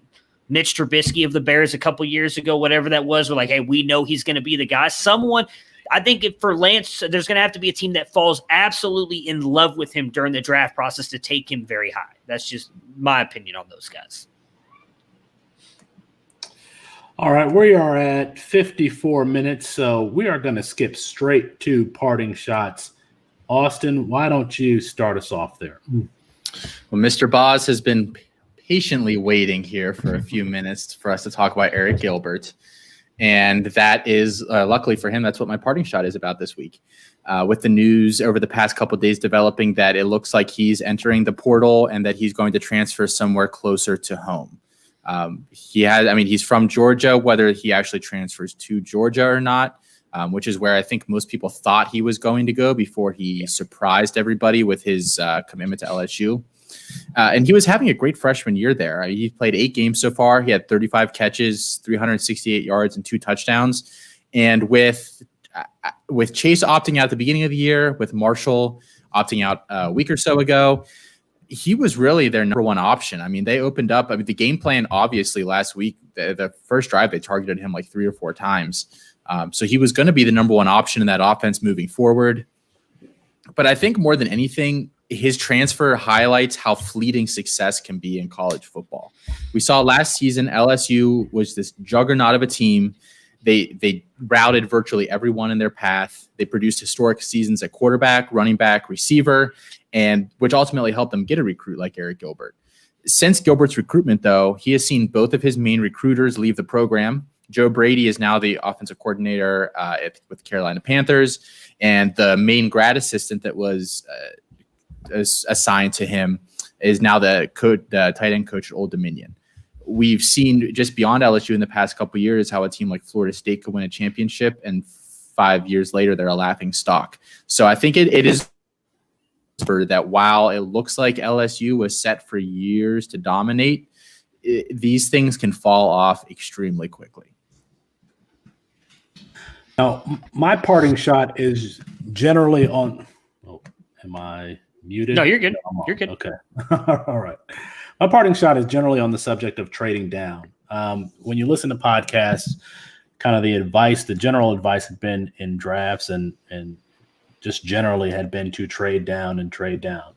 That it doesn't seem like that is a viable tactic anymore because everyone has caught on to that tactic. You have to be more strategic. I've been in 3 C2C drafts the last couple of months or so, including in one right now, and absolutely everyone is saying, "Here's my pick. Let's trade down," and they don't get any offers at all. So that is not a viable strategy anymore. What I've found is a better strategy is that if you can trade picks 2 classes or 3 classes ahead, and the opportunity arises in the middle of the season, is to trade some of these fringe players to teams that are competing for the playoffs and for championships. Trade those players to those teams for those picks. For example, Chase Edmonds, when Kenyon Drake went down earlier this year, his value skyrocketed, and I quickly flipped him for a 2023 first-round pick. Travis Fulgham did the same thing. A player like James Robinson, I think, is someone that you could trade for a 2022 or 2023 first. So the trade down strategy doesn't seem to be viable anymore. But what you can do is pick the opportune time during the season to take advantage or to negotiate with someone who is looking at the right now, and you can go ahead and if you're in rebuild mode, look 1 or 2 classes down the road and get into that first round. That's my parting shot. Bruning, what do you got? I mentioned it a little bit earlier, right at the top of the show, the myocarditis. I'm really worried about how much this could affect college athletes moving forward. For those of you who may not have been paying attention, there was a lot of talk about it this past week and weekend. There's been a lot of college players who have now been found to have that due to COVID. It's not just life-threatening, but career-threatening as well. There's some college players that may not ever be able to play college football again. It's kind of the price, unfortunately, these kids have paid for them having to play football, which, again, I'm sure a lot of them wanted to play. I'm sure if you can go back and think about yourself back when you were 21 through 23, if you were a highly competitive athlete, I mean, I was never at a college level football, but played competitive sports all my entire life. I would have wanted to do the same thing, but sometimes something Felix mentioned earlier, you kind of have to take this out of their hands, like Michigan did with these kids and canceling the game. Part of me kind of wishes we would have done more of that at the beginning of the year, because if you're talking about some of these kids may never be able to play football again because of a decision to play a couple games in the SEC for overall season that's been really kind of messed up. It's really going to suck to see kids lose that. I mean, we saw it with Journey Brown. I don't know if that's exactly what happened with him, but we saw it obviously with Journey Brown earlier this year because of COVID get removed. And if it happens to any other athletes, which I do think it will, as more and more of this comes out, it's going to really kind of put a stain on this 2020 season. A sombering end to our show tonight. You can find our written content at Dynasty Nerds. Email the show at Devy Debate. Get into the drawing for the Kyler Murray jersey. Tweet at the show at Devy Debate on Twitter. Apologies to Kirk Herbstreit. We ran out of time. And for Matt Bruning and Austin Nace, I'm Felix Sharp. Good night and good luck. Oops. Geez, really sad show today. Sorry. Didn't mean to I thought it was a great show. It was a good mix. Yeah. You guys want to help me make this pick? These people are probably waiting on me. What round? You got a live show. Oh, I did tell them. I said I was going to make this pick on my show. I should just read how the draft is going. It's so crazy how this draft has gone compared to my other C2Cs. So we're only in the 3rd round or so. I can't imagine doing a C2C in the middle of the season with 1 week, somebody blows up, the next, the value bouncing all over the place has got to be insane. All right. Well, at some point you just take your guys anyways, don't you? That's what I've done pretty much in mine. At some point you just start taking your guys because, I don't want to miss out on the players that I really like. Austin, I think it's interesting that you said you put more value into the college side of the game than the NFL than most. Yeah, I do. Because I actually I think that I did that with my first 2 C2Cs, put a lot of, trying to create a roster that could win on that side. And I regret that now. And so now, so we talked about our off-season topics. My position on how to build C2Cs was going to be is don't try to win the college side of your C2Cs. Don't draft Asher O'Hara or Asher O'Hara type players. That was going to be my advice, to always go for, even players like Julian Fleming, who's not playing this year, but is not getting on the field, but we expect him to have a very high ceiling. Where somebody like Asher O'Hara, if I could think of another one, Romeo Doubs is a good one. Romeo Doubs is going to get you. He might have you win. Well, you got the dudes from Hawaii too. You're talking about just they're going to put up a ton of points in college to help you win, but they're not going to do much on the NFL side. You can get cheap. Can't remember what their names are right now. Well, see, that's what makes the program so interesting is you have to win at the college side for the most part. We incentivize you winning on that if you want to be able to get the better recruits, because having that national championship, which I should have won this year, it's clearly showed. Although I don't think anybody else was setting their lineup. So have you seen my team on that side of things, Bruning? No, dude, I'm screwed after this year. You have to go look at my roster over there now. What'd you do? Are you building for the coming years? Or bad? Yeah, I made the playoffs, but like I said, I tried to blow up my roster. I traded away everything except for Lamar Jackson pretty much on the NFL side. And Let me pull up the Fantrax page here. I'm gonna do that with one team. We just blow it up. So I am also like a huge proponent, and I'm trying to push more for auction to be the standard for C2C startups. God, that's so long though. I mean, you're talking I about. prefer it. A slow auction. I mean, if it takes I do 3 too. weeks. Because I mean, I did an NFL contract league. I think back when we were like doing our first episode, talking about how like we have to have leagues now that like have all this extra stuff in them to keep us entertained. And the NFL contract one, that's the same thing. We had to start it so early in the off season because you were bidding on contracts and all this other stuff, so it took forever to get done. Like, was it 45 rounds? Right? I know that's what our roster is in the program. Like 45 rounds of player bids. That's rough, I man. prefer it personally. But so on the program side, I have Grant Gunnell, Spencer Rattler, Jameer Gibbs, Hey, what do you Rashad want for- Bateman, Traylon Burks, Jackson Smith and Jigba, Eric Gilbert, Tyler Goodson. And then beyond that, I have like Jaden Delara, CJ Stroud, Jerome Ford, What do you want for Marion Stroud? Brown. I think we could make some deals here. I've been trying to get My team is deals gonna from be you in that league for weeks. horrible after this year. I drafted so many players that were in this draft. Like I'm losing all of my quarterbacks. I think all I'm going to have left is running backs right now because I've got like Brees Hall, Raymond. I got G Scott. I know for sure. I don't know. It's bad. Like Ritter, which God, I love seeing the Ritter love on Twitter. But Ritter, Trask, and Mac Jones, and then I have Grant Wells. I think are literally my only quarterbacks in that league. So I'm losing 3 of them. It's gonna be bad. You can find plenty more. Hey, and Boz wants Goodson. Let's make some deals live on air. Come on, we got people watching. Let's do Yeah, this. come on, boss. Let's do it. I'm gonna look at my team really quick. Who are you looking at picking, by the way, Felix? Since we're holding up your draft pick now, and we're gonna have people coming in here yelling. I mean, I'm thinking. Well, I was going to read you guys the draft board, and I'm thinking between Devonta Smith, Terrence Marshall, and Jalen Waddle. So we're in the second round. Wait, I don't think either one of them have been taken. I think I'm right. What are you looking for, Austin? What are you looking for here? Brees Hall. Oh, man. why you come at the heart, man? What about Eric Gray? You got any? I don't love Eric Gray. But I mean, I don't love Grant Gunnell, but I feel like it's fair value. Eric Gray for Grant Gunnell. I would probably do that since I have Rattler. Let's go. Let's do it. I'll send it over right now. All right, send it over. There we go. Where'd Boz go? Boz, come on, get in on it. Hurry up. Let's go. I'm taking Devonta Smith there, by the way.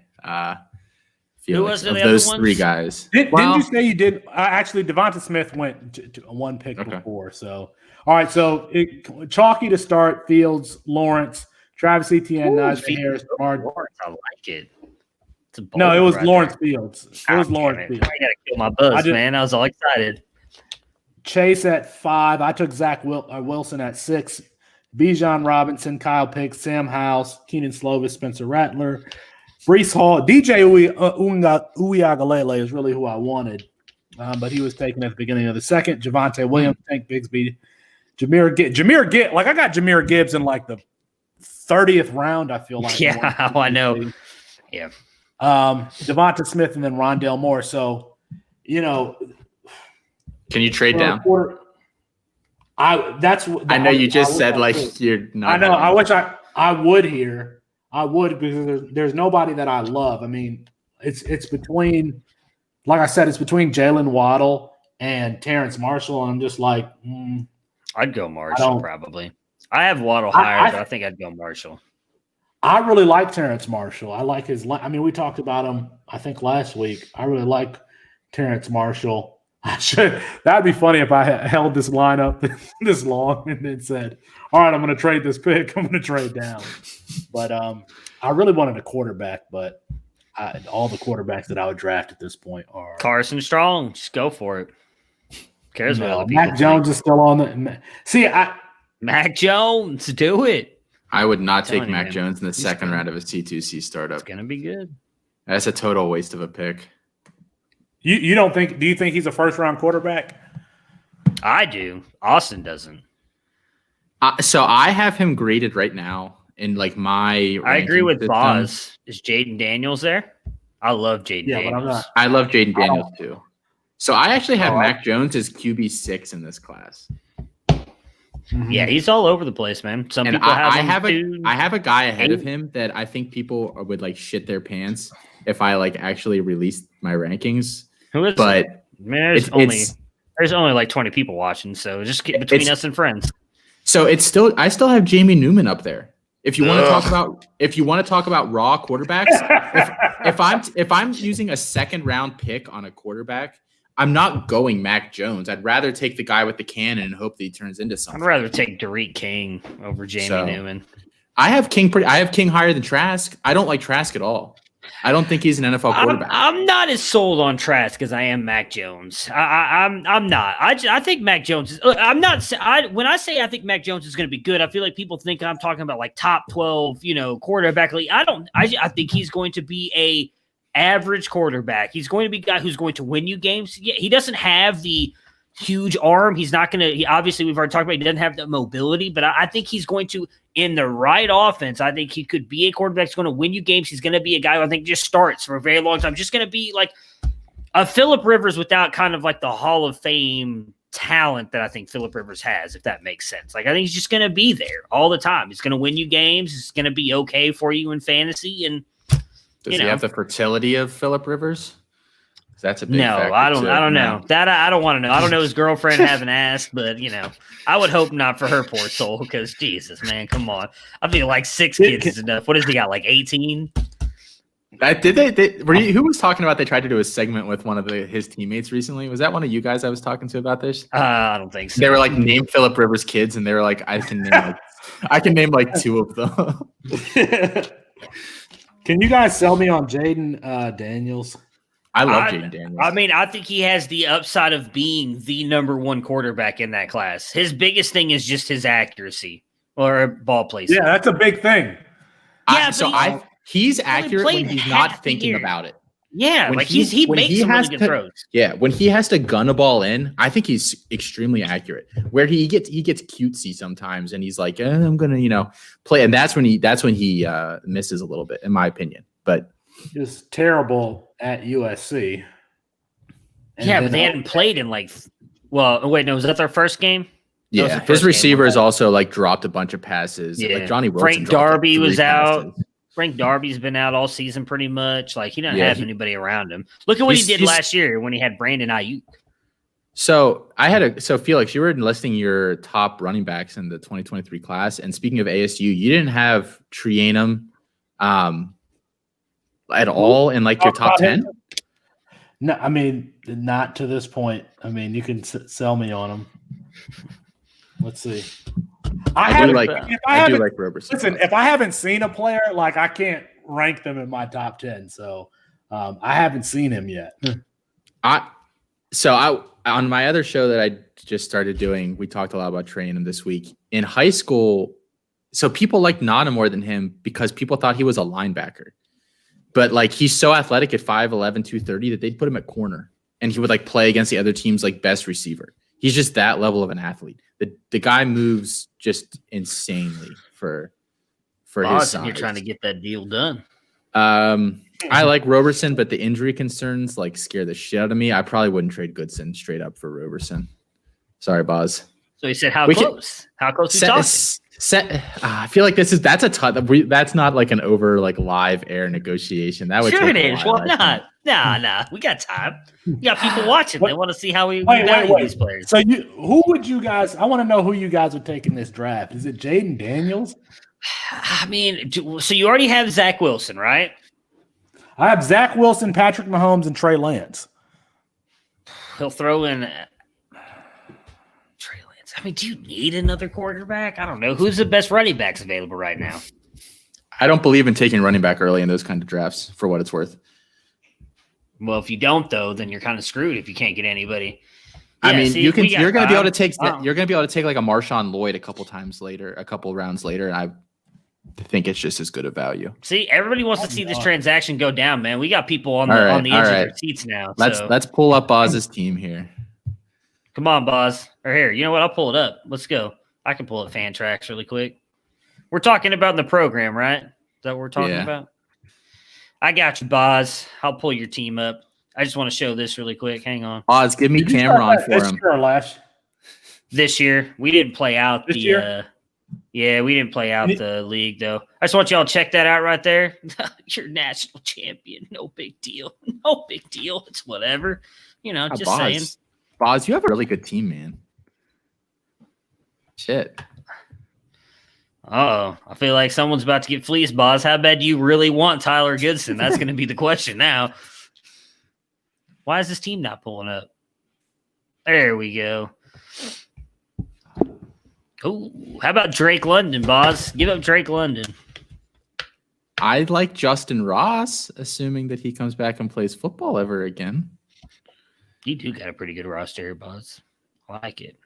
You got to give me Fields or Lawrence for Cameron. Oh, Boz, you jokester, you. Wait, you have Fields? Let's get a deal. No, I don't. I just have Rattler's like the only top guy I have. Oh, okay. Who has? Oh, wait. I thought you traded for Fields. Who traded for Fields in one of my leagues? I don't own Fields anywhere. It was Carl. That asshole. And then he wanted way too much for him. That's right. How you started with 24, right, in that league? How many of the original 24? No, we 40. What, the program? Oh, The program? It's The program, 45. 24 teams, yeah. Oh, yeah. Is that what you're talking about? No, it's 12 teams. Yeah. It's split, though. It's split. it's split between two conferences, 12 teams. Yeah, so you could two teams can have Justin Fields. It's technically split up. It's really one league of 12, pretty much, really. But they're just kind of combined for a national championship game. But so how many of the original do you still have? 23. The original team. 23? Nick Whalen left. Yeah. We replaced him with Dwight. Okay. Yeah, Nick kind of screwed him. I respect Nick, but he did Dwight dirty a little bit on that one. He quit 3 weeks ago, barely did any recruiting. Now poor old Dwight's sitting there with the worst recruiting class. He's got no freshmen. It's bad. Poor guy. I feel bad for him. It's like Michigan, huh? Yeah, pretty much. Yeah. Michigan. You guys were no help, by the way, with Well, I'm trying to think. I said go running back, and you guys shot me down. Who are the best wide receivers right now? There's no running back. Well, the best wide receivers are Marshall and Waddle.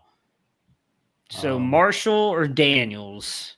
See, I think I'd go Marshall because there's still a lot of quarterbacks left. I think you could get some guys later in the draft. I like Daniels a lot, but I would eventually want to start getting some position players. So I'd go Marshall. I mean, we're only in the second round. I have the 6th pick, so it's gonna swing back around to me soon. I could probably still get Daniels in the 3rd round, or Jones. I mean, there's going to be quarterbacks there. Yeah, man. Nope, it's got to get done live on air. Would you do Ross and Roberson for Goodson? Come on, Boz. Everybody's waiting. Everybody's on the edge of their seats. What was our deal again? Who am I sending you? Eric Gray for Gunnell? Eric Gray for Gunnell. I feel like I should regret sending that now. But I do have some good running backs. I got Aaron Jones probably going to be nowhere next year. His contract is up, isn't it? Yeah. I would hope Green Bay pays him, but I don't know. I don't think he'll ask for a big contract, so if it's that close, then just send it, boss. Come on. Don't sheesh, that's real close. Come on. If it's that you don't do that. I don't know. Let me see here. Just send it. You want to. Did you see how quick Matt pulled the trigger earlier? Yeah, no, I just went for it. Never mind. Take your time. Because I'm starting to regret that right now a little bit. I actually really like Eric Gray, so frick out. Was that the one I had, Breece Hall in? If that is, and I actually don't hate that much because that is the one you hate. You have Breece Hall in. Yeah. But I think I got Kenneth Walker too. I like Walker a lot, and I got my guy Raymond, so I'll be all right at running back. Gunnell's my guy, man. I like Gunnell a lot. He gives me a quarterback I can use on my college roster for a couple of years. So I do think this actually is an underrated part of this deal that we just made, Matt, is I'm pretty sure trading away Gunnell gets rid of my Texas pipeline. But I'm fine with it.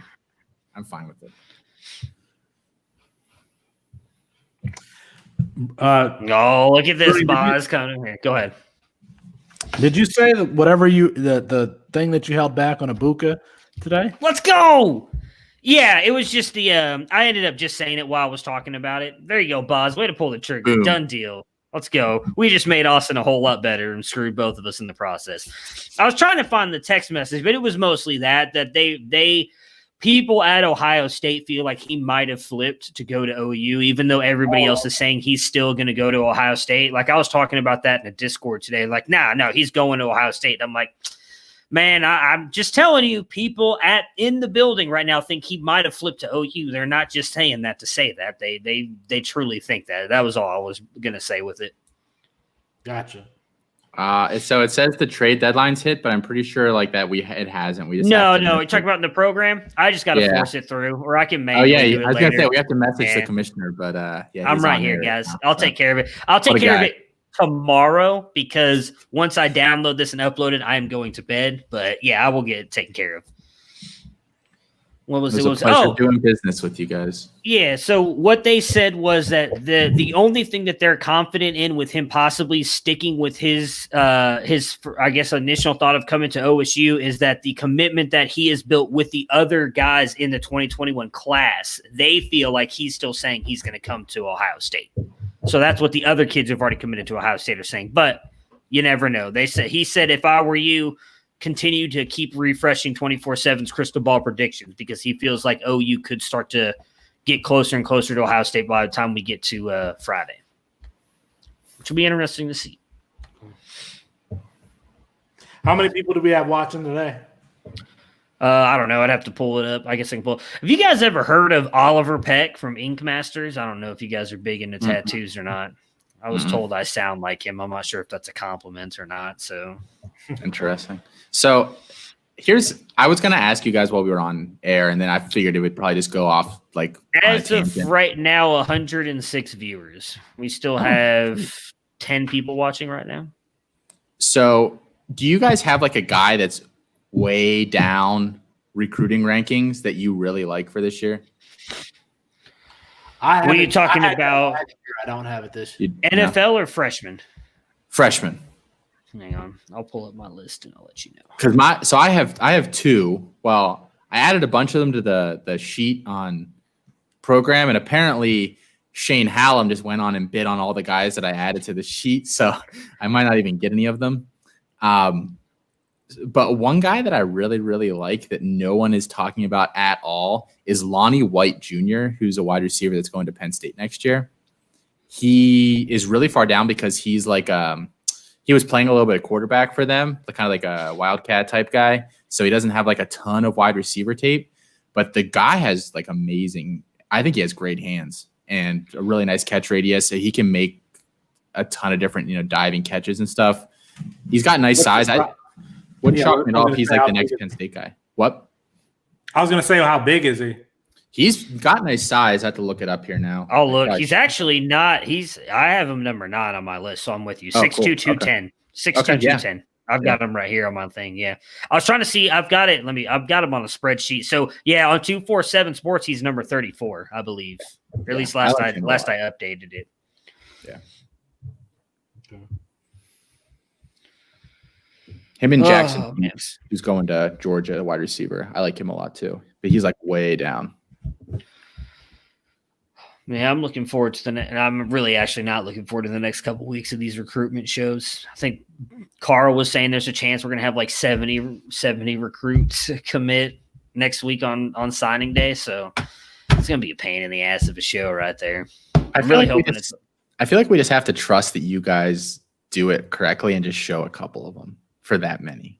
No, well, we're not going to do the single ones. I'm just going to say it. Because we only did the single one for Kane a couple weeks ago just because it was part of that. We only had the 7 guys committing, so it's not that big of a deal. But if we have, which I'm hoping is going to be like 40 or 50 single guys, I'm just going to maybe not even just read off the list, read off the top guys, and then just post it in the channel or something. But yeah, well, we're going to have to split it up between 2 days. I think we're going to do League 1 on Wednesday, League 2 on Thursday. Because there's no way if both leagues have 50, 60 commits, I'm not going to be on here for 2 hours trying to go over commits. So I got things to do. I got a bunch of profiles to write up and everything. So here's a quick question for you guys. And anybody that's in the watching now can post a comment in the chat. How useful would you find a trade calculator for C2C leagues? Assuming it was done well. 50-50. Like, I like to look at that stuff, but for me, I tend to just trust my own evaluations. I don't know. Maybe it's because I'm an asshole. I don't like it when people use the trade calculator sometimes, or at least when they do it. Like, I know you wouldn't do that if we were in the middle of a negotiation like we just did with the Eric Gray Gannell thing, and then you come back and like, well, the trade calculator says that Gannell is rated at a 60 and Eric Gray is a 50, so it's a win for you. I'm like, dude, get the fuck out. I don't even want to do it now. No, get out of here. So I hate people who do that. Like, I use it from time to time when I think something is really close, but I'm just not sure, and I kind of want to get an idea of what they say. But I also think it's kind of hard to get values on college players because it's so. I almost want to say outside of the top elite guys, I feel like it could be like almost weekly that value changes. That's a good point. So I've never used a trade calculator projection to show somebody, this trade isn't fair. Yeah, I have in one league that I have the group chat. Everybody will from time to time. There's this one guy who has the Dynasty Trade Calculator subscription. People will ask, what does the calculator say about this trade? Like in some other league. So I think, and I've never had anybody present to me like this is what the trade I have. It's so annoying. I have, yeah. Yeah, it's so annoying. I think it is. I think it would be useful, but I've never thrown that in somebody's face. And well, I think it's one of those things people, when they start to feel like I got a trade offer today. I guess tell me what you guys thought about it. It was like an instant reject for me. And I'm not in the playoffs in this league. I finished 5-7, right? Is that correct? 5-8. 5-8. Sorry, 5-8. So, oh man, it didn't. What's wrong? It was so they wanted to send me Todd Gurley and Jerry Jeudy, a 2021 first, 22 first, for Nick Chubb and DJ Chark. And I said no in a heartbeat. Because Todd Gurley, I don't even know if it's going to be in the league next year. I mean, the picks are great and all, but I honestly would rather have Chark over Jeudy. So I was like, and then of course, then he sent me the trade calculator thing. It's like, bro, get out of here. Like, I don't care that it says that that's a win for me by 5 points. Like, I don't care. I don't want the players. Right. So that's why it frustrates me. Because I agree with that. Like, you trust your own evaluation. Well, I mean, it was also Nick Chubb. I mean, you got to give me like 5 first just for me to even think about moving on from Nick Chubb. He's future Hall of Famer, man. Come on now. Hey, but I'm wondering if the pick should be Jalen Waddle. I think he's the best player available regardless of position from what you said so far. I mean, look, man, I don't think there's much separating those two, really. I think both of them are going to be good at the NFL level. I don't think you can go wrong there. I wouldn't take Jaden Daniels. With the fact that you already have Wilson, Lance, and Mahomes, you said, I would not. I wouldn't go Daniels. I would definitely go position player here. Okay, I'm leaning going Waddle because I actually don't have him anywhere else either. I think he's a fun player to own. And that's the thing. Like, if he goes to Baltimore, that's going to piss me off. I know nobody wants to go to Baltimore. I thought Lamar Jackson was good, guys. I know you guys didn't say that, but I'm a huge Steelers fan, so yeah, you know how I feel about Lamar Jackson. Well, I mean, it's not, like on my other one, I got roasted by my co-host and all the people that were watching that day because I think we did our projections at the beginning of the year. I had Lamar Jackson as QB5. And I felt like even that was being nice. Like, I thought he could finish lower than that. I thought defenses were going to catch up to him this year. And they were like, you're an idiot and all this shit. And I'm like, who's looking smart now? Then again, I'd also had Dak at like 8. And that definitely was not going to work out in my favor. So Dak was going to be QB1. Yeah. It's always amazing to get like 8 weeks into the season after you've like just done a startup. And you like look back at your draft and you're like, wow, that was so stupid. Like, what was I even thinking? Yeah. Like with that kind of stuff. There you go. Boss is chiming in as well. Definitely Waddle over Marshall, but you can't go wrong either way. Yeah, I think that's what I'm going to end up doing. We need. We to haven't do one of seen- our. I need to look. I want to do this. I need to look this guy up. This is driving me crazy. I need to know who Oliver Peck is. We the thing about Jalen Waddle is I don't think we've seen a player like him like ever profile wise. Oh, jeez. Like that's not to say he's like so much higher ahead of everybody like ever. His just skill set is so oddly. It's such like an odd. Like he's not Tyreek Hill. Like he's not that stocky like low to the ground guy, but he's like not Deshaun Jackson because he's like way tough, like way more physical. Like I don't really know how to. People said they believe he's faster than Henry Ruggs. I don't think so. I don't think so either. But I think he's going to be better than. I think he's as gonna be better. fast at least. Apparently, that's what I sound like. I don't know who that dude is. Okay. Look like him too. Thanks, I appreciate that. Interesting. Yeah. We need to do one on here though. One what? C2C for our listeners. I had some people reach out and ask. We do. I do have a 24 team full IDP auction that I'm going to be setting up early this offseason to get done. If anyone wants to join that. What is single copy in college, 2 copy in the pros. What did you say it was? 24 team, you said? 24 teams, yeah. Single copy college, full 2 copy pro. IDP. Full IDP, yeah. I don't mind the IDP side of it. I don't pay as close attention to the defensive side, but I can figure it out. So I play in a 20 teamer that's like this, and I've kind of expanded it a little bit with this one. But the IDP is where you can make your money. Oh, because yeah. a lot of people don't know it. I have a ton of linebacker talent. Like I have Micah Parsons. I have trying to think the kid from Washington that's really good, like Uo Fashoa or whatever his name is. It's a lot easier to get that talent because people don't know it. Oh man. All right. Well, is that it, guys? Oh, I'm good. My eye just is driving me crazy. It is 11:04 here on the East Coast. You know, the best coast, right? Dude, your intro tonight. Do you just have like a list of funny shit to say about that? Because that got me the most patriotic at times. And I just think I mean because I said it because I started the show the other weeks. I just thought I should keep it going and think of something different. Vernon, you did not react the way I thought you were going to the Ohio State conversation. That was my version of like a Democrat on Fox News and getting a question from somebody that's so slanted and what was I supposed to say? I mean, I want to see the game played, but Vernon, I'll tell you what. I made the Ohio State Michigan game about the troops and Wales and first responders. Had the decision not come down that they would have been able in the Big Ten championship game, I probably would have had a hotter take for that, like I did last week's episode. But the fact that they're already in and playing Northwestern next weekend, I'm kind of like, I don't really care. We're gonna win. Probably. See, the biggest thing is I don't know if they're going to get into the playoffs. That's what scares me more than anything right now. There's a realistic shot they don't get in. I was trying to throw you for the loop, Burning. The question was, as the resident Buckeye fan on this show, did you have a similar reaction to the game being canceled with thoughts about our first responders? And I heard you say it. The sacrifices that teachers have made. I mean, that yeah. Oh, look, don't get it twisted. I don't care about anybody but myself. So that's just everybody already knows that. So. As the Michigan fan, you got to find a way to spin that one.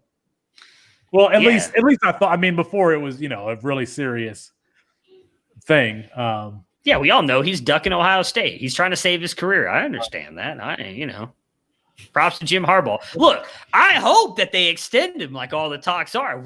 I'd love another 8-year run of beating Michigan with no worries whatsoever, and that's coming if they re-sign Harbaugh. No, we'll beat your next quarterback. We'll beat one of those teams. I don't think so. I mean, I don't know. I don't know if Jim Harbaugh will have a winning record or Michigan would have a winning record in the next 5 years, but I do expect. I trust in Ryan. I trust in Ryan Day. I think he'll be just fine figuring out who's going to be the next quarterback and running that offense. Because you know what? The about him and Harbaugh sniping at each other? Yeah, that's another reason. That's honestly the reason why I wanted this game to be played, because Ryan Day would have run up that score so bad. It'd have been amazing. I really thought they would have put up like 70 on him. Like they I mean, again, I don't want to like go too deep, but I talked to people there, and that's all they were talking about all year long. And they do that anyways.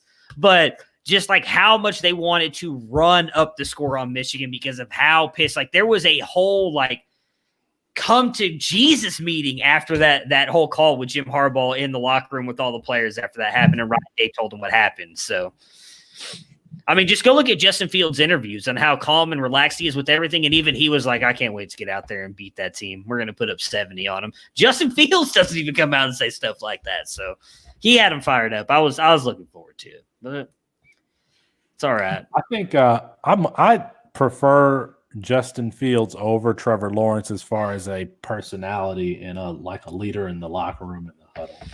I prefer him over Trevor Lawrence altogether. I'm not going to separate it out. I'm just saying, better fantasy career. It's coming. Just you wait. Hopefully in 10 years, if we're doing this show still, you'll see Justin Fields, better fantasy career. I think one day we're going to look back and look at. Bruni, you do a podcast, every 15 minutes, but I think, and you always have the take ready to go, and I feel like I'm going to look back and just see how much better, at least I've gotten from the first show, to the 20th or 50th show. So. Wow. I'm not saying that you guys do. I just gave up a long time ago caring what people think about what I have to say or not. If you're either going to like it or you're not, at this point, I don't care. I mean, I feel like I've been wrong. I should say wrong. I feel like I've been right more often than I've been wrong. So I have to. So I need this running back who's taking over for who's getting the work over Daniel. Trianum. Yeah, Chip. They call him Chip now for some. I don't know. He's 5'11", 230. Yeah, and he does not move like it. Trust me. No, yeah. Go watch that. He moves like he moves like moves. Nada should move at 190 at 230. He's dynamic. He moves like Isaiah Spiller. Go watch the first game against USC. That's the running back that I'm going to get. Okay, Spiller. I should Spiller. Yeah, that's who I'm targeting. Because all the 20. He's been good this year. He's like I was skeptical of him coming into the year. Did you see that video of Footwork King? I watched it. Yeah, that was funny. Doing this video. Yeah. Man. Oh shit. Speaking of videos, did you guys see that one that Coastal put out after the win against BYU? Mm-hmm. It's really good. If you can find it. I think Isaiah Likely actually retweeted it. So if you go through his feed, I think you can find it. It was just like 2.5 minutes of like video of like them like superimposed over sports personalities talking about how BYU is just gonna like blow them out of the water, and they're just like like a road bump or a speed bump that they're just gonna drive right over. It was just really, it got me hyped. I was sitting there watching. I was like, oh shit. Yeah. I'll have to go find it. Isaiah Likely, I don't know if I put it on the Devy debate page or on my page, but he liked the comment about us talking about him on this show. That happens a lot. Like I've gotten a lot of parents and some players, liking stuff like Grayson McCall and like everybody at Coastal Carolina. When I was talking about them in week 2, they all like the offensive coordinator and an AD or something. They all liked those videos that I put up of them. I got DJU a couple months ago. That was a big one. Oh, really? Yeah. Zach Wilson's dad, Mark Wilson, liked something that I posted of him back in October. So. Yeah. So I get all the parents jumping in my DMs when I post stuff. I really want to talk to Warren Jackson. Is like I really want, and his I'm telling you, reach out to him. I've talked to him. Well, I posted stuff on him about him last year. He's a really nice guy. Just reach out to him. I talked to him, and I don't know if you know who this was. I thought he had a chance to be a player at the NFL level. I don't know if he's going to be good, but Marvin Kingsley Jr., their running back last year before he got kicked off the team. Colorado. I talked to both. I talked to both of them. Warren, he's really nice, man. He's a good guy. Okay. I just find him so intriguing because of his size and his ability at that size, and because some people don't think he can play wide receiver. I know he doesn't like that very much. And my problem is that the only reason they think that is because they haven't seen someone at that size play the position. Play wide receiver. Nobody's moved. Nobody's moved like him. Like usually you get somebody like my man in Cincinnati from Auden Tate. State. Auden Tate, who's 4'7", kind of slow. Auden Tate actually looks spry now when I see him, but at least when his rookie season, he looked kind of like or Calvin Benjamin, but man, I wouldn't don't compare him to Calvin Benjamin. You do that, and then all of a sudden everybody's going to jump off that train. No, I'm not comparing. I'm actually saying that I don't think that there is the closest comparison is Auden Tate, but there really isn't a comparison for him. That's why I was asking for the password for the. I was just looking at that. They just added BYU's on there. BYU's offense for this year. It sucks. They don't have a lot of in here right now. Like I was looking at it earlier. They've got Alabama's offense, and then it's mostly defenses. They don't have BYU's only got 3 games of offense tape on here right now. Clemson's offense, Florida's, Georgia's, and then Louisville's, and then pretty much everything else is defense. I mean, I don't really want to watch TCU's offense. So, well, do it during the day. I'll shoot Jared a text and you. Oh, I've got his phone number. Yeah, just shoot him a text whenever you do that thing and be like, "Hey, bro, hurry the fuck up, man. Oh, I've tried like 4 times and you can't get me in here." I haven't asked him for it recently, but when I was asking for it that day, like I was in the middle of writing. But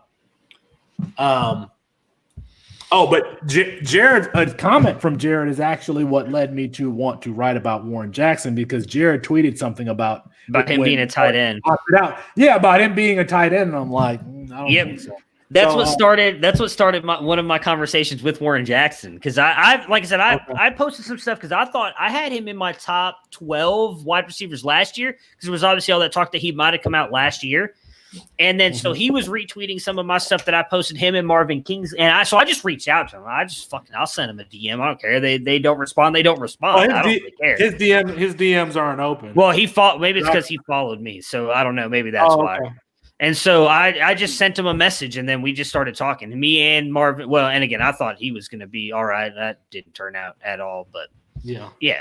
I just asked him about that. He's not a fan of people thinking he has to be a tight end at the next level. So I kind of wonder if he should not have opted out, because you had Rashad Bateman opted out, opted back in, and opted back out. Yeah. Warren Jackson could do the same thing: play 3 games and show what he can do. I really wanted to see his development as a separator. That's really what I wanted to see. Man, there's not a back shoulder throw that he can't catch. That dude is a back shoulder beast. Yeah, but he could be one of those guys just like Preston Williams, where if he ends up not even if he goes undrafted, if he ends up on like a practice squad or something for preseason stuff, assuming we have preseason games next year, I think he could end up making the roster. Yeah. Well, that's my biggest thing with Dubs this year. So I wouldn't come out, man. Everybody's talking about how loaded this wide receiver class is. You're going to see guys that we all think are talented that may not even end up getting drafted just because. I mean, shit, maybe I'm wrong, but I think Isaiah Hodgins has a lot of talent. He was a 6th-round draft pick last year because they thought the wide receiver class last year was talented. I love Isaiah Hodgins so much. So do I, dude. Like, I was completely floored when he went in the 6th round. And then they had to go and fucking trade for Stephon Diggs, where I thought Isaiah Hodgins would play that perfect role. And then they go get Stephon Diggs. I'm like, fuck, here we go. Hakeem Butler all over again. Fucking getting Hopkins and ruining my dreams and hopes. Good times. Makes me hate fantasy football sometimes.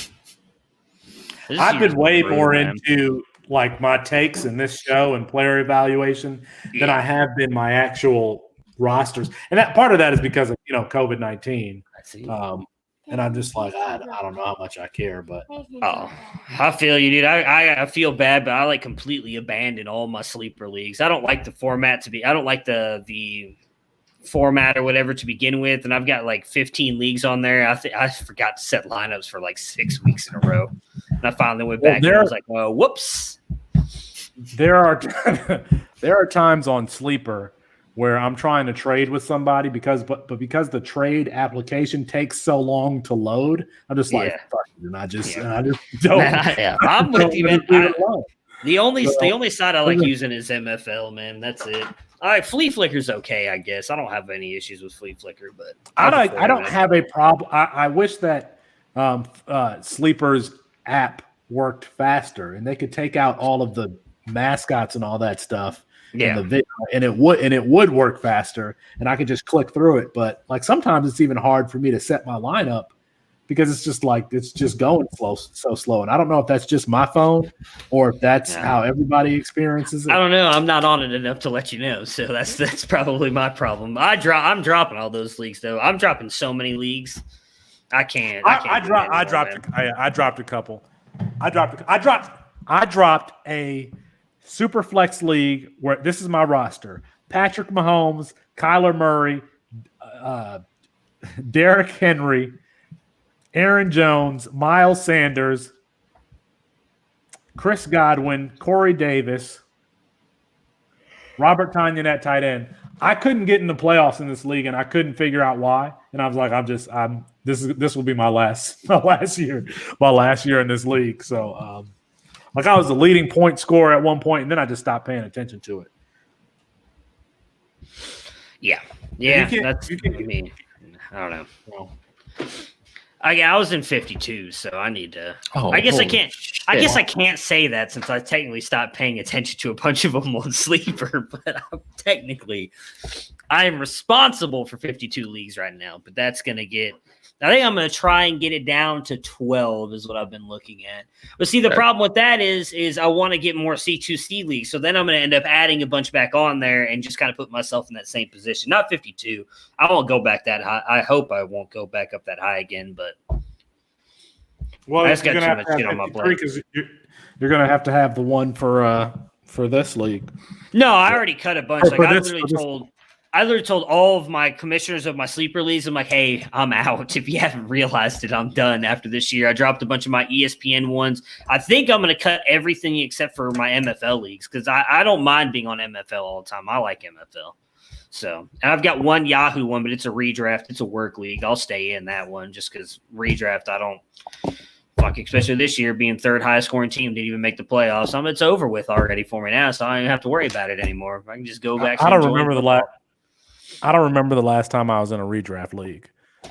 I only have two, and they're both just work ones, and I just do it because I like talking shit with the guys at work. And usually I'm pretty good. I had one 3 out of 4, but I've missed the playoffs the last 2 years, so. Oh, shit. All right. Question. I don't know. What kind? Austin, I don't know if I should. You go for? What kind of socks you go for, Austin? That I wear? I don't know. I don't know if this is going to get back. I don't know who Loist Boy is. It doesn't sound. I just feel like we're about to get back into the really interesting comments here again. It's this late night YouTube, man. It's a thirsty place right there. It is. It is a thirsty Twitch, place. okay. Yeah, I left Twitch up too.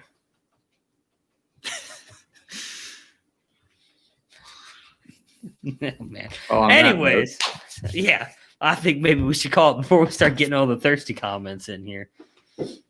It's great for my ego, but yeah, I think it's time to move on. We've been going for a while anyway. Yeah. All right, I will get this uploaded here really quick and get it up. Don't change the subject, bro. Ooh, someone's getting upset. All right. Well, anyway. All right, guys. See you guys ready? All right. Next week. Later.